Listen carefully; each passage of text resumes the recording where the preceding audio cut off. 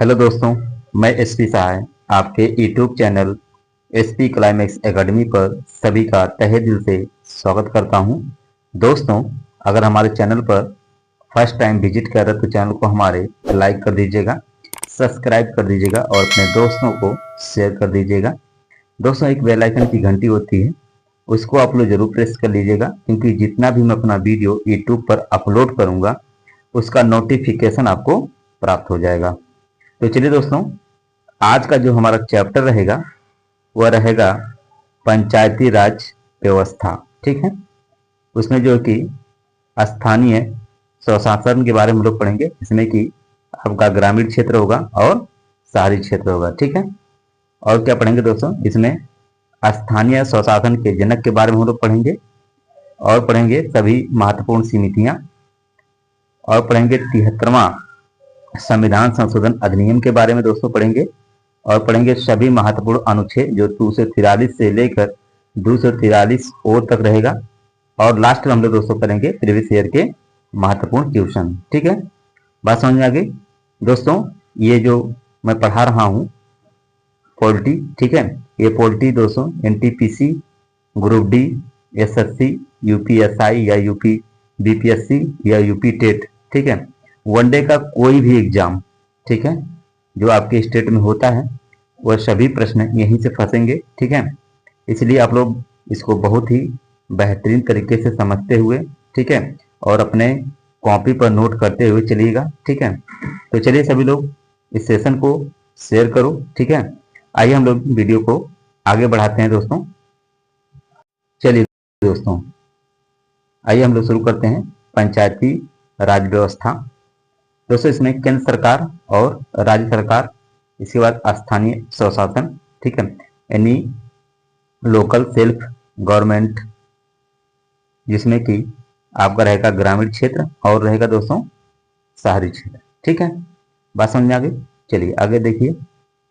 चलिए दोस्तों, आइए हम इसको डिटेल से पढ़ते हैं। कह रहा है कि पंचायती राज व्यवस्था का मूल उद्देश्य विकास की प्रक्रिया में जन भागीदारी को सुनिश्चित करना तथा लोकतांत्रिक विकेंद्रीकरण को बढ़ावा देना है। ठीक है, देखिए दोस्तों, लॉर्ड रिपन ने 1880 से लेकर 1884 तक स्थानीय स्वशासन का जनक कहा जाता है। किसको स्थानीय स्वशासन का जनक कहा जाता है दोस्तों? तो किसको कहा जाता है? लॉर्ड रिपन को। ठीक है, ये प्रश्न पूछता है आए दिन हर वनडे एग्जाम में, ठीक है, कि स्थानीय स्वशासन के जनक कौन है, तो आप किसको बताएंगे? लॉर्ड रिपन को बताएंगे। ठीक है, इन्होंने 1882 में जिला बोर्डों की स्थापना की थी। ठीक, आइए हम लोग महात्मा गांधी के बारे में जानते हैं। कहना है कि महात्मा गांधी स्थानीय स्वशासन के घोर समर्थक थे। इन्होंने ग्राम स्वराज की बात की थी। सच्चा लोकतंत्र केंद्र में बैठकर राज्य चलाने वाली नहीं होता, अपितु यह तो गांव के प्रत्येक व्यक्ति के सहयोग से चलता है। ठीक है, ये किसने कहा? यह आपके महात्मा गांधी जी ने कहा था। ठीक है, आइए दोस्तों हम लोग आगे चलते हैं। चलिए दोस्तों, देखिए दोस्तों, ये आपका संविधान सभा। ठीक है, कह रहा है कि डॉक्टर भीमराव अंबेडकर पक्ष में नहीं थे। कौन नहीं थे दोस्तों? तो डॉक्टर भीमराव अंबेडकर जी जो थे वह इस पक्ष में नहीं थे। राज्य के नीति निर्देशक सिद्धांत अनुच्छेद 40 में बताया गया है कि जवाहरलाल नेहरू द्वारा ग्रामीण विकास के लिए चलाए गए प्रोग्राम आपके 2 अक्टूबर 1952 में सामुदायिक विकास कार्यक्रम चलाया गया था और 2 अक्टूबर 1953 में राष्ट्रीय प्रसार सेवा योजना चलाई गई थी। ठीक है, आइए आगे हम लोग चलते हैं। चलिए दोस्तों, हम लोग पढ़ेंगे बलवंत राय मेहता समिति, जो कि 1957 में कह कि असफल होने के कारण जन भागीदारी का अभाव, सुझाव लोकतांत्रिक विकेंद्रीकरण अपनाने का सुझाव। बलवंत राय मेहता को भारत के पंचायती राज व्यवस्था का वास्तुकार कहा जाता है। लोकतांत्रिक विकेंद्रीकरण का जनक भी कहा जाता है। किसको? बलवंत राय मेहता जी को। त्रिस्तरीय पंचायती राज व्यवस्था का सुझाव भी किसने दिया था? तो बलवंत राय मेहता जी ने दिया था। कहा था कि ग्राम पंचायत ग्राम स्तर पर, पंचायती समिति ब्लॉक स्तर पर और जिला परिषद या जिला पंचायत जिला स्तर पर। ठीक है, आगे देखिए, कह रहे हैं कि भारत सरकार ने राज्यों को पंचायती राज व्यवस्था अपनाने के लिए कहा, यानी कि 2 अक्टूबर 1959 ईस्वी को पंचायती राज व्यवस्था अपनाने वाला पहला राज्य कौन बना दोस्तों, बताइए कौन बना। तो राजस्थान आपका बना है। ठीक है, कौन, राजस्थान। राजस्थान के नागौर जिले का बगदरी गांव था। कौन सा, बगदरी गांव। ठीक है, 11 अक्टूबर 1959 को पंडित जवाहरलाल नेहरू ने आंध्र प्रदेश को राज्य में पंचायती राज का प्रारंभ किया। ठीक है, आइए आगे हम लोग चलते हैं दोस्तों। अब हम लोग पढ़ेंगे अशोक मेहता समिति 1977 का है। इन्होंने दिया था द्विस्तरीय पंचायत राज व्यवस्था का सुझाव। कह रहे थे कि मंडल पंचायत यानी ब्लॉक स्तर पर और जिला परिषद या जिला पंचायत जिला स्तर पर। ठीक है, कहा कि ग्राम न्यायालय के गठन का सुझाव, एससी और एसटी को आरक्षण देने का सुझाव। ठीक है, आगे देखिए, जीबी के राव समिति योगी 1985, एल एम सिंघवी समिति जो है 1986। पंचायती राज व्यवस्था को संवैधानिक दर्जा देने का सुझाव, त्रिस्तरीय पंचायती राज व्यवस्था का सुझाव, ग्राम पंचायतों के गठन का सुझाव और राज्य चुनाव आयोग की गठन का सुझाव। ठीक है, आइए हम लोग आगे चलते हैं दोस्तों। अगर वीडियो आपको बहुत पसंद आ रहा हो ना, तो हमारे चैनल को लाइक कर दीजिएगा, सब्सक्राइब कर लीजिए और अपने दोस्तों को शेयर कर दीजिएगा। ठीक है, इतना काम आप लोग कर लीजिएगा। और दोस्तों आप लोग जो है ना, एक पॉजिटिव कमेंट बॉक्स में जाकर कमेंट करिएगा। ठीक है, ये वीडियो आपके लिए कितना महत्वपूर्ण है। ठीक है, तो चलिए हम लोग आगे चलते हैं। चलिए दोस्तों, अगली समिति देखिए, पीके थुंगन समिति जो 1989 में, इस समिति का गठन 1989 में पंचायती राज संस्थाओं पर विचार करने के लिए किया गया तथा इस समिति ने भी पंचायतों को संवैधानिक दर्जा दिए जाने की सिफारिश की थी। ठीक है, 1989 में राजीव गांधी द्वारा 64वां संविधान संशोधन विधेयक संसद में पेश किया गया था, जिसमें कि लोकसभा और राज्यसभा से, यानी लोकसभा से पास हुआ था, राज्यसभा से पास नहीं हुआ।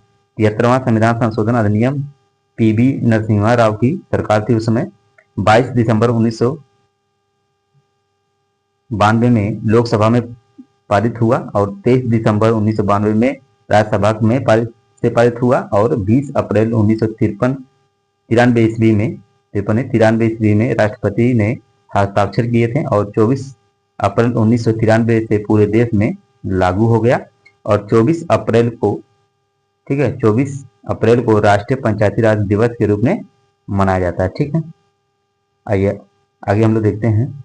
चलिए दोस्तों, आइए हम लोग देखते हैं 73वां संविधान संशोधन अधिनियम। इसके द्वारा संविधान के भाग 9 अनुच्छेद 243 से अनुच्छेद 243 ओ का प्रावधान किया गया है। संविधान में 11वीं अनुसूची जोड़ी गई और इसके तहत पंचायतों के अंतर्गत 29 विषयों की सूची की व्यवस्था की गई। पंचायती राज के त्रिस्तरीय ढांचे का प्रावधान किया गया। ग्राम पंचायती राज संस्था के प्रत्येक स्तर में 1/3 महिलाओं को आरक्षण की व्यवस्था की गई। इसका कार्यकाल 5 वर्ष निर्धारित किया गया। पंचायत भंग होने पर 6 माह के अंदर निर्वाचन होगा। एससी एसटी को जनसंख्या के अनुपात में आरक्षण देने का प्रावधान किया गया। ओबीसी के आरक्षण को राज्य विधानमंडल पर छोड़ दिया गया और हर गांव में ग्राम सभा का गठन होगा। ठीक है, आइए हम लोग आगे चलते हैं। चलिए दोस्तों, आइए हम लोग पंचायती राज की संरचना के बारे में पढ़ते हैं। ग्राम सभा गांव के उन लोगों का समूह जो उस गांव के मतदाता सूची में पंजीकृत हो। ग्राम सभा में 200 या उससे अधिक जनसंख्या का होना आवश्यक है। ग्राम पंचायत में दोस्तों देखिए, कार्यपालिका होती है और न्यायपालिका होती है, जिसमें कार्यपालिका में वार्ड सदस्य होते हैं, मुखिया होता है, प्रधान, ठीक है, समझ गए। और न्यायपालिका में क्या होता है, पंच होता है, सरपंच होते हैं और सरकारी अधिकारी जो होते हैं वो ग्राम सेवक या बीडीओ कहलाते हैं। ठीक, चलिए दोस्तों आइए आगे देखते हैं। कह रहा है कि पंचायती राज की संरचना में हम लोग पढ़ रहे थे। आगे देखिए, कह रहा है पंचायत समिति, जैसे कि अध्यक्ष कौन होता है, ब्लॉक प्रमुख होता है उपाध्यक्ष कुछ सदस्यों का निर्वाचन जो है जनता के द्वारा उस क्षेत्र की लोकसभा, राज्यसभा, विधानसभा और विधान परिषद के सदस्य भी इसका हिस्सा हो सकते हैं। सरकारी अधिकारी जो होते हैं दोस्तों, जैसे बीडीओ यानी कि बी से ब्लॉक, डी से डेवलपमेंट और ओ से ऑफिसर, ठीक है, यानी कि ब्लॉक डेवलपमेंट ऑफिसर। अगला देखिए, जिला पंचायत अध्यक्ष, उपाध्यक्ष कुछ सदस्यों का निर्वाचन जनता के द्वारा उस क्षेत्र की लोकसभा, ठीक है, राज्यसभा, विधानसभा और विधान परिषद के सदस्य भी इसका हिस्सा हो सकते हैं। सरकारी अधिकारी जो होते हैं वो सीईओ होते हैं, चीफ एग्जीक्यूटिव ऑफिसर होते हैं, ठीक है। आइए आगे देखते हैं। आइए दोस्तों हम लोग आर्टिकल 243 से 243 ओ तक देखते हैं। अनुच्छेद 243 में क्या है दोस्तों, परिभाषाएं हैं। अनुच्छेद 243 ए में ग्राम सभा है, ठीक है। अनुच्छेद 243 बी में पंचायतों का गठन है। पंचायती राज संस्था त्रिस्तरीय होगी, पर जिन राज्यों की जनसंख्या 20 लाख से कम है वहां क्या होगी दोस्तों, द्विस्तरीय होगी, ठीक है। इस चीज को आप ध्यान दीजिएगा।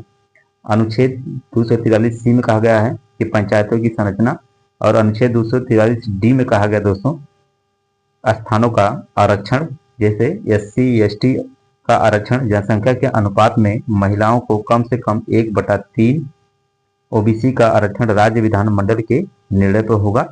अनुच्छेद 243 ई में कहा गया है कि कार्यकाल इसका कितना होगा दोस्तों, 5 वर्ष के लिए होगा। अनुच्छेद 243 एफ में कहा गया कि सदस्यों की योग्यता पंचायत का सदस्य बनने के लिए न्यूनतम आयु दोस्तों कितनी होनी चाहिए, 21 वर्ष होनी चाहिए, ठीक है। ग्राम प्रधान की आपकी कितनी उम्र होनी चाहिए, 21 वर्ष होनी चाहिए। समझ गए? तो समझ गए तो आगे चलिए। दोस्तों अगला अनुच्छेद आपका है 243 जी में कहा गया है कि पंचायतों की शक्तियां, अधिकार और उत्तरदायित्व। अगला अनुच्छेद आपका है 243 एच में कहा गया है कि पंचायती संस्थाओं को कर लगाने का अधिकार। अनुच्छेद 243 आई में कहा गया कि राज्य वित्त आयोग का गठन राज्यपाल के द्वारा होगा। अनुच्छेद 243 जे में कहा गया कि दोस्तों की पंचायतों के लेखाओं की संप्रेक्षा। और अनुच्छेद 243 के में कहा गया है कि पंचायतों के लिए निर्वाचन आयोग का गठन, राज्य निर्वाचन आयोग कहा गया उसको। अनुच्छेद 243 एल में कहा गया दोस्तों कि संघ राज्य क्षेत्रों को लागू होना। और अनुच्छेद 243 एम में कहा गया दोस्तों कि कुछ क्षेत्रों में लागू ना होना, जैसे आपका नागालैंड हुआ, मेघालय हुआ और मिजोरम राज्य हुआ, ठीक है।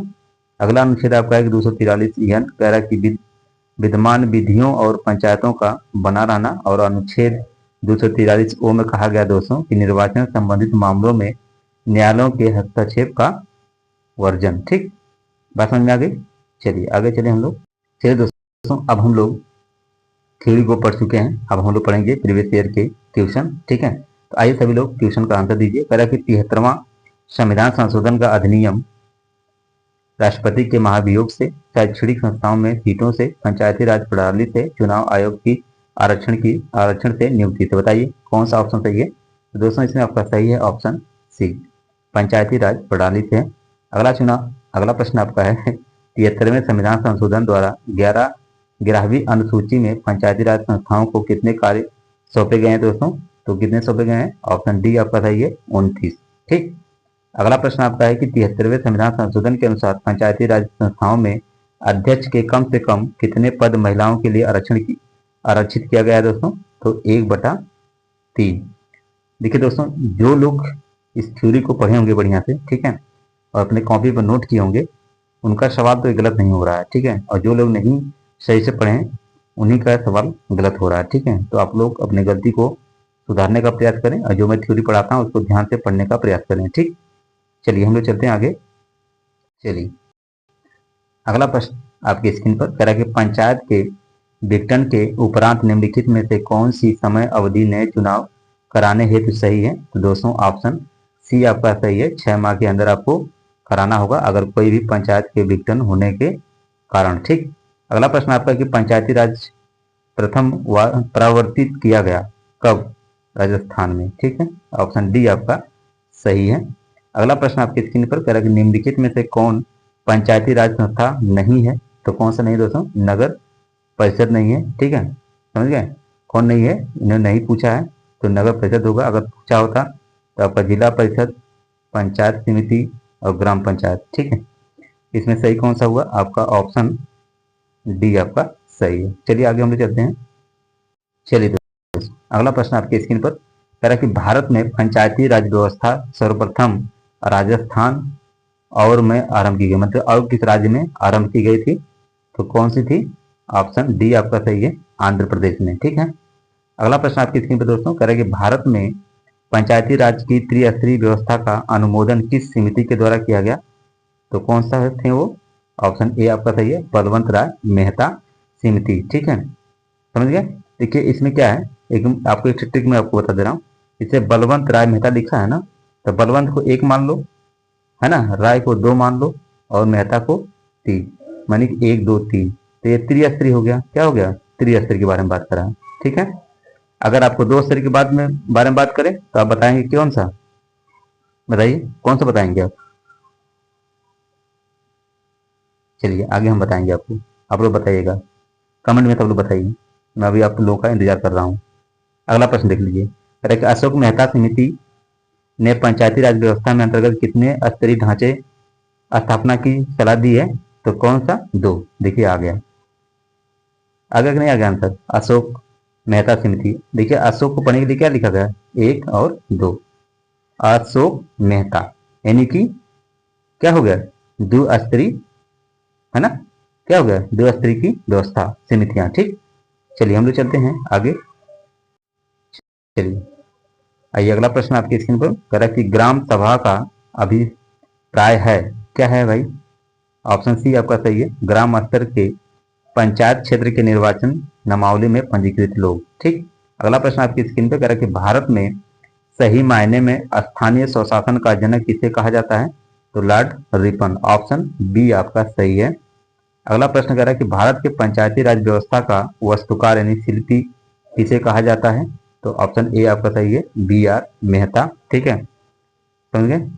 चलिए अगला प्रश्न हम देखें। चलिए दोस्तों, ये सेशन हमारा यहीं पर समाप्त होता है।